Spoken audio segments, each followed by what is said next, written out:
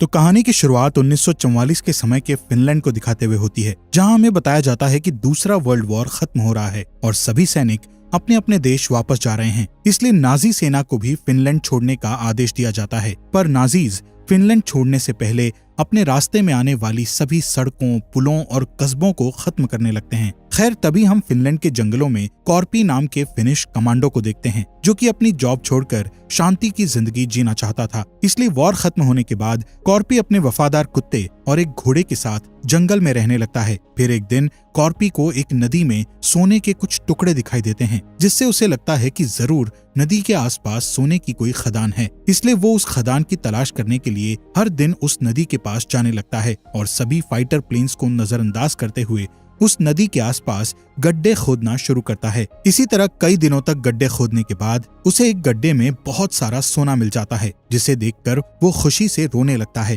क्योंकि इस सोने से उसकी जिंदगी बदलने वाली थी। खैर, कॉर्पी उस सोने को उठाकर अपने टेंट में छुपा देता है, जहां वो पूरी रात जागकर उस सोने की हिफाजत करता है, क्योंकि उसे डर था कि कोई उसके सोने को चुरा न ले। अगली सुबह कॉर्पी सारा सोना एक बैग में रखता है और अपने घोड़े पर बैठकर वहां से निकल जाता है, जिसके साथ साथ उसका कुत्ता भी पीछे पीछे जाने लगता है। कुछ घंटों चलने के बाद कॉर्पी को रास्ते में नाजी सेना का जनरल ब्रूनो दिखाई देता है, जो कि अपने सैनिकों के साथ वहां से गुजर रहा था। यहाँ ब्रूनो के पास एक खतरनाक टैंक था। इसके अलावा वो कई फिनिश औरतों को किडनैप करके अपने साथ ले जा रहा था। असल में वो सभी सैनिक उन औरतों के साथ गलत काम किया करते थे। तभी हम वुल्फ नाम के सैनिक को देखते हैं, जो कि एक औरत के साथ जबरदस्ती करता है। यहाँ कॉर्पी ब्रूनो को देखता है और फिर उसके सभी सैनिकों को अनदेखा करके आगे बढ़ने लगता है। तभी वुल्फ ब्रूनो के पास आता है और कॉर्पी को मारने के लिए अपनी गन उठा लेता है, जिस पर ब्रूनो उसे रोक लेता है और कहता है कि वो आदमी वैसे भी अपनी मौत के पास जा रहा है,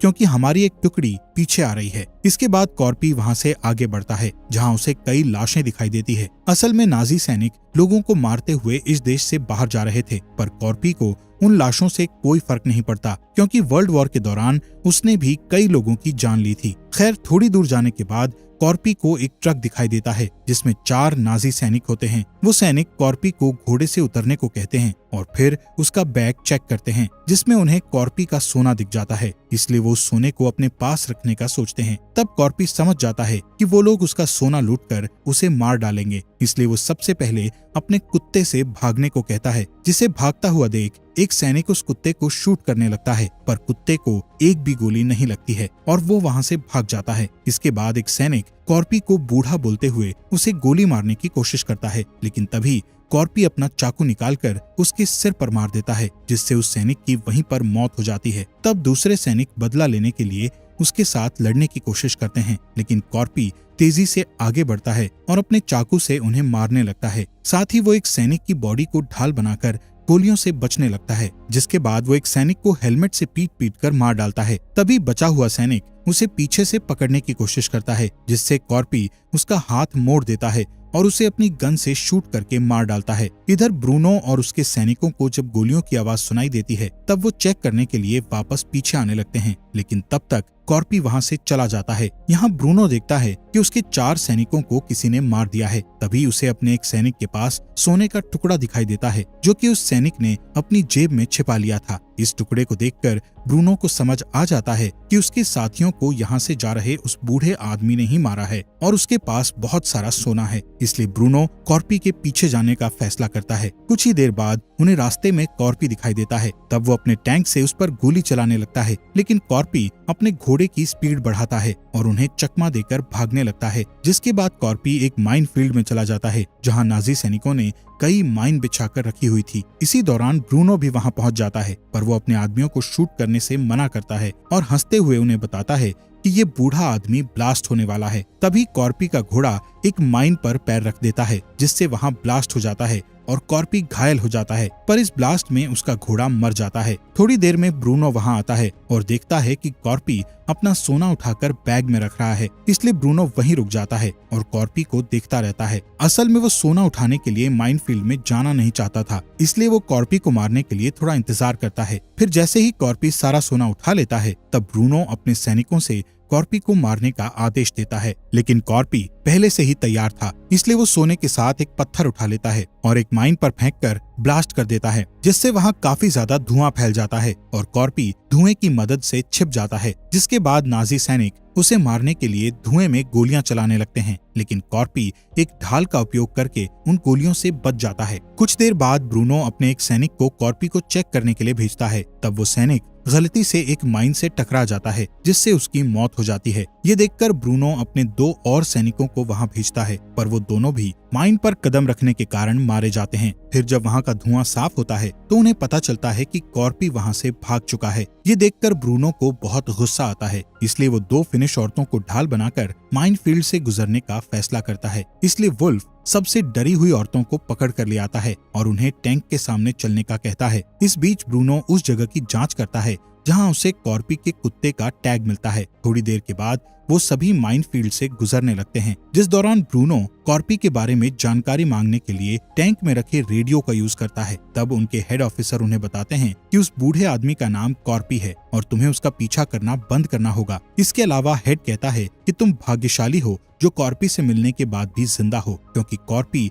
वर्ल्ड वॉर का सबसे खतरनाक कमांडो था और कोई भी उसके साथ दुश्मनी नहीं करना चाहता। साथ ही ब्रूनो को पता चलता है कि वॉर के दौरान रशिया के सैनिकों ने कॉर्पी के परिवार को मार डाला था, जिसके बाद कॉर्पी एक खतरनाक सैनिक बन गया और उसने अपने ऑफिसर्स का आदेश लेना भी बंद कर दिया। तब से ही उसके ऑफिसर्स ने उसके ऊपर कंट्रोल करना छोड़ दिया और उसे रशियन सैनिकों का शिकार करने के लिए अकेले जंगल में भेज दिया। तब से लेकर आज तक वो 300 से ज्यादा रशियन लोगों को अकेले मार चुका है।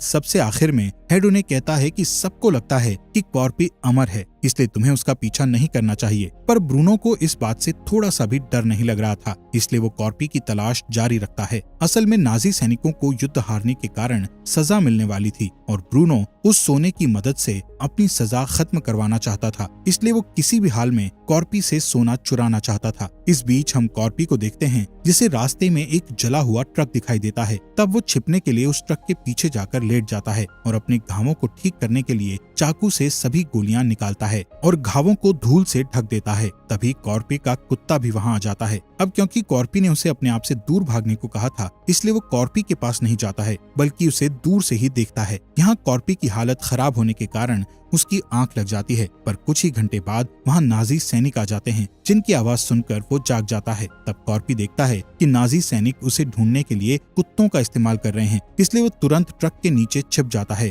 और नाजीज को देखने लगता है। तभी मौका देखकर वो नाजी सेना के ट्रक के नीचे जाकर छिप जाता है और फिर उस ट्रक के फ्यूल टैंक को काटकर अपने ऊपर फ्यूल गिराने लगता है ताकि नाजीज के कुत्तों को उसकी स्मेल ना आ सके। इसके बाद नाजीज कॉर्पी को ढूंढने के लिए नया प्लान बनाने का सोचते हैं और वहीं रुक जाते हैं। तब कॉर्पी वहां से भागने की कोशिश करता है, लेकिन एक कुत्ता उसे देख लेता है और भौंकने लगता है, जिससे सैनिकों को कॉर्पी का पता चल जाता है और वो उसे गोलियों से मारने लगते हैं, जिसमें एक गोली कॉर्पी के पैर में लग जाती है, पर फिर भी वो वहां से भाग जाता है। ये देखकर ब्रूनो अपने कुत्तों को उसके पीछे भेज देता है। तब कॉर्पी उन कुत्तों को डराने के लिए अपने आप को जला लेता है और पास वाली एक झील में कूद जाता है, जिसके बाद सभी सैनिक उस पर गोलियां चलाने लगते हैं, जिस पर ब्रूनो अपने आदमियों को रोकता है और कॉर्पी की झील से बाहर निकलने का इंतजार करता रहता है, पर कॉर्पी बहुत देर तक बाहर नहीं निकलता है। जैसे ही कॉर्पी पानी से बाहर आता है, तब सैनिक उस पर तुरंत गोलियां चलाने लगते हैं, जिससे कॉर्पी वापस अंदर चला जाता है।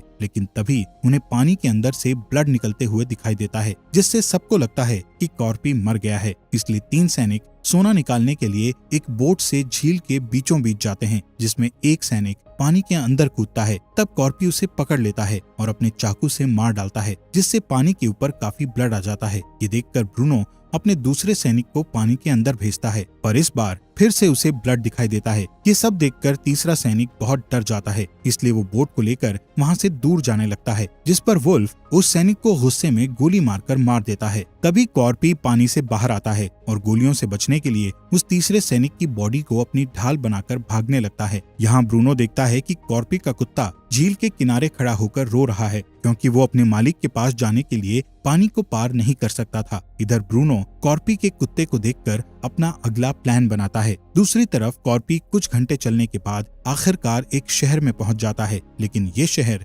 नाजीज ने पूरी तरह तबाह कर दिया था। अब क्योंकि कॉर्पी बहुत थक चुका था, इसलिए वो गैस स्टेशन के अंदर आराम करने का फैसला करता है, जहाँ वो अपने पैर के दर्द को सहन करते हुए सोने की कोशिश करता है, जिस दौरान उसे वो दिन याद आता है जिस दिन उसने अपने परिवार को खो दिया था। खैर, कॉर्पी की किसी तरह नींद लग जाती है, पर कुछ देर बाद जब उसे अपने कुत्ते के भौंकने की आवाज सुनाई देती है तो उसकी नींद खुल जाती है। इसके बाद कॉर्पी अपने कुत्ते से मिलता है। तभी उसे पता चलता है कि उसके कुत्ते के ऊपर एक डायनामाइट लगा हुआ है, इसलिए वो तुरंत उस डायनामाइट को फेंक देता है। लेकिन तभी वो डायनामाइट फट जाता है, जिससे कॉर्पी तेज झटके के साथ जमीन पर गिर जाता है। जब कॉर्पी को होश आता है तो वो अपने सामने ब्रूनो को देखता है, जिसने उसे बंदी बना लिया था। यहाँ ब्रूनो कॉर्पी से उसका सोना चुरा लेता है और उसकी पॉकेट में सोने का एक टुकड़ा रख देता है और फिर उसे फांसी देकर मार डालता है। पर कॉर्पी अभी मरा नहीं था, क्योंकि उसने फांसी से बचने के लिए अपने पैर को एक कील के ऊपर रख लिया था। खैर, इसके बाद वो अपने दूसरे पैर को भी कील पर ले आता है, जिससे उसे काफी दर्द होता है, पर इस तरह वो मरने से बच जाता है। वहीं कॉर्पी का कुत्ता अभी भी उसके पास बैठकर उसके नीचे आने का इंतजार करने लगता है। इसी तरह रात गुजर जाती है और सुबह होने पर एक प्लेन उसकी ओर लैंड करता है, जिसकी हवा के कारण कॉर्पी की रस्सी टूट जाती है और वो जमीन पर गिर जाता है। तभी उस प्लेन से 2 पायलट उतरकर बाहर आते हैं और गैस की तलाश करते हैं, जिस दौरान उन्हें कॉर्पी और उसका कुत्ता दिखाई देता है। इसलिए पायलट अपने साथी से उन दोनों को गोली मारने के लिए कहता है, पर वो पायलट उसे मारने से डरने लगते हैं। तभी कॉर्पी मौका देखकर उस पायलट के पैरों पर वार करके उसे नीचे गिरा देता है, जिससे पायलट का सर एक पत्थर से टकरा जाता है और वो बेहोश हो जाता है। इसके बाद दूसरा पायलट वहाँ आता है। तब कॉर्पी मौका देखकर उस पर एक ईंट से वार करता है और उसे जान से मार देता है। यहाँ कॉर्पी को लगता है कि अब वो अपना सोना कभी भी वापस नहीं ला पाएगा, इसलिए वो ब्रूनो का दिया हुआ छोटा टुकड़ा वहीं पर दफन कर देता है। तभी वो दूसरे पायलट को हिलता हुआ देखकर समझ जाता है कि वो अभी जिंदा है, इसलिए वो उस पायलट के प्लेन से ब्रूनो के पास जाने का प्लान बनाता है ताकि वो उससे अपना सोना वापस ला सके। लेकिन सबसे पहले वो अपने घावों से सभी गोलियां और मेटल के टुकड़ों को बाहर निकालता है और घावों पर आग लगाकर उन्हें एक तार से बंद कर देता है। ये देखकर पायलट उससे बुरी तरह डरने लगता है, जिसके बाद कॉर्पी अपने कुत्ते को वहीं छोड़ देता है और प्लेन में बैठकर ब्रूनो की तलाश में निकल जाता है। दूसरी तरफ नाजीज को अपने रास्ते में एक क्रैश्ड प्लेन दिखाई देता है, जिसे चेक करने के लिए वुल्फ प्लेन के अंदर जाता है और देखता है कि प्लेन क्रैश में पायलट की मौत हो चुकी है। तभी वुल्फ नोटिस करता है कि उस पायलट के गले में वही रस्सी है जिससे उन्होंने कॉर्पी को फांसी दी थी। यहाँ वुल्फ समझ जाता है कि कॉर्पी अभी जिंदा है और उन्हें मारने के लिए वापस आ गया है। साथ ही ब्रूनो भी समझ जाता है कि कॉर्पी बहुत खतरनाक है, इसलिए वो अपने आदमियों को तुरंत वहाँ से भागने का आदेश देता है। इसके बाद हम 2 सैनिकों को देखते हैं जो फिनिश औरतों के साथ ट्रक में बैठे होते हैं। वो दोनों सैनिक कॉर्पी के बारे में बात कर रहे होते हैं, जिनकी बातें सुनकर एनो नाम की औरत उन पर हंसने लगती है और उन्हें बताती है कि कॉर्पी को कई रशियन सैनिकों ने मारने की कोशिश की थी, लेकिन आज तक कोई भी उसे नहीं मार सका, क्योंकि कॉर्पी किसी भी तरह बच जाता है और फिर अपने दुश्मनों को ढूंढकर उन्हें मार डालता है। इसके अलावा एनो उन्हें बताती है कि कॉर्पी को फिनिश लैंग्वेज में सीसू नाम से बुलाते हैं, जिसका मतलब बहादुरी होता है और कॉर्पी कभी भी हार नहीं मानता है। यहाँ एनो समझ जाती है कि अब सभी नाजी सैनिक कॉर्पी के हाथों मारे जाएंगे, इसलिए वो बहुत खुश होती है। तभी अचानक कॉर्पी एक सैनिक को मारकर उसे नीचे फेंक देता है और जब दूसरा सैनिक ट्रक से बाहर देखता है तब कॉर्पी उसे बाहर खींचकर जमीन पर फेंक देता है, जिससे वो सैनिक टैंक के नीचे आकर मारा जाता है। यहाँ एनो मरे हुए सैनिक का हथियार चुराने की कोशिश करती है, लेकिन उसी समय कॉर्पी ट्रक के अंदर आ जाता है, जहाँ ट्रक में फिनिश औरतों को देखकर वो समझ जाता है कि नाजीज ने उन्हें किडनैप करके रखा है और वो सभी निर्दोष हैं, इसलिए वो एनो को हथियार दे देता है। जिसके बाद कॉर्पी ट्रक के ऊपर चढ़ जाता है और ड्राइवर को मारकर उसे नीचे फेंक देता है ताकि एनो उस ट्रक को चलाकर उसकी मदद कर सके। फिर वो ट्रक को टैंक के करीब ले जाता है। तब कॉर्पी उस टैंक पर कूदकर बाकी के सैनिकों को मारने चला जाता है, लेकिन टैंक में मौजूद लोगों को शक हो जाता है, इसलिए सभी औरतें मरे हुए सैनिकों की बॉडी को इस्तेमाल करती हैं ताकि नाजीज को सच्चाई का पता न चल सके। इसके बाद एनो अपने ट्रक को दूसरे ट्रक के पास ले जाती है, जहाँ सभी औरतें उस ट्रक में मौजूद सैनिकों को शूट करके बुरी तरह मार डालती हैं। साथ ही एनो ट्रक के ड्राइवर को भी गोली मार देती है, जिससे वो ट्रक सड़क के नीचे उतर जाता है। दूसरी तरफ कॉर्पी टैंक के गेट को तोड़ने की कोशिश करता है, तब ब्रूनो टैंक को अचानक से रोक देता है, जिससे कॉर्पी नीचे गिर जाता है। ये देखकर वुल्फ कॉर्पी को मारने के लिए टैंक से बाहर आ जाता है, लेकिन कॉर्पी जल्दी से वापस टैंक पर चढ़ जाता है और वुल्फ से लड़ने लगता है, जिस दौरान वो दोनों जमीन पर गिर जाते हैं। अब टैंक में सिर्फ ब्रूनो और शूट्स नाम का सैनिक होता है, जो कि अपनी जान बचाकर वहां से भागने लगता है। यहाँ कॉर्पी वुल्फ को बुरी तरह पीट कर मारने लगता है, लेकिन इससे पहले कि वो उसे जान से मार पाता तभी वहाँ एक बाइक से दो नाजी सैनिक आ जाते हैं, पर वो दोनों कॉर्पी को पहचान जाते हैं, इसलिए वो उससे डरकर वहाँ से भाग जाते हैं। यहाँ कॉर्पी वुल्फ को जिंदा छोड़ देता है और उस बाइक को लेकर टैंक का पीछा करने के लिए निकल जाता है, जिससे वुल्फ को लगता है कि कॉर्पी ने उसे जिंदा छोड़ दिया है। पर कुछ ही देर में फिनिश औरतें वुल्फ से बदला लेने के लिए वहां आ जाती हैं। इसी बीच ब्रूनो एक पायलट से मिलता है और उसके प्लेन से भागने का सोचता है। तब पायलट उसे बताता है कि उसके प्लेन में सिर्फ एक इंसान के बैठने की जगह है, जिस पर ब्रूनो अपने साथी शूट्स को शूट करके मार डालता है और प्लेन में बैठकर वहां से भाग जाता है। लेकिन तभी वहां कॉर्पी आ जाता है और प्लेन पर गोलियां चलाने लगता है, पर वो प्लेन टेक ऑफ होने लगता है, इसलिए कॉर्पी जल्दी से उस प्लेन के ठीक नीचे आ जाता है और पिकैक्स की मदद से प्लेन को पकड़ लेता है, जबकि ब्रूनो को लगता है कि उन्होंने कॉर्पी को पीछे छोड़ दिया है। खैर, कॉर्पी जल्दी से प्लेन का पहिया पकड़कर पिकैक्स से प्लेन के अंदर घुसने का रास्ता बनाता है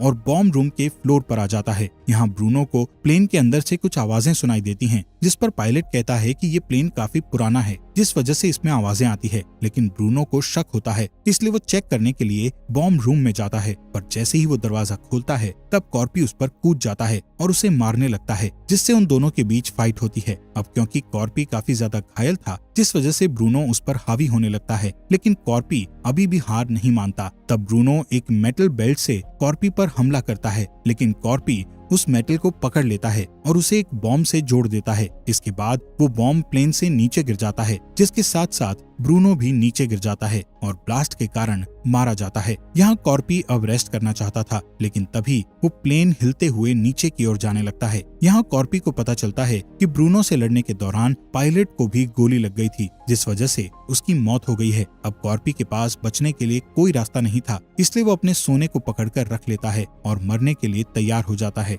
फिर थोड़ी ही देर बाद वो प्लेन एक दलदल में जाकर क्रैश हो जाता है। इसी बीच फिनिश यूनिट के लोग नाजीज टैंक को अपनी ओर आता हुआ देखते हैं, इसलिए वो उस पर हमला करने के लिए तैयार हो जाते हैं। पर थोड़ी ही देर में उन्हें पता चलता है कि उस टैंक पर फिनिश औरतें हैं, जो कि नाजी सैनिक वुल्फ को तोप से बांध कर ला रही हैं। दूसरी ओर हम देखते हैं कि कॉर्पी दलदल के कारण बच चुका है। वो अपनी पिकैक्स की मदद से दलदल से बाहर निकलता है और फिर कुछ दिनों के बाद वो अपने कुत्ते के साथ हेलसिंकी शहर की बैंक में जाता है, जहां कॉर्पी को देखकर सभी लोग डर जाते हैं। पर कॉर्पी सीधे काउंटर पर जाता है और सोने के टुकड़ों को डेस्क पर रखकर बैंक से पैसा देने को कहता है। और इसी के साथ ये अमेजिंग मूवी यहीं पर खत्म हो जाती है। दोस्तों, आपके अपने फॉक्स एक्सप्लेनर हिंदी चैनल को सब्सक्राइब करने के लिए आपका दिल से शुक्रिया।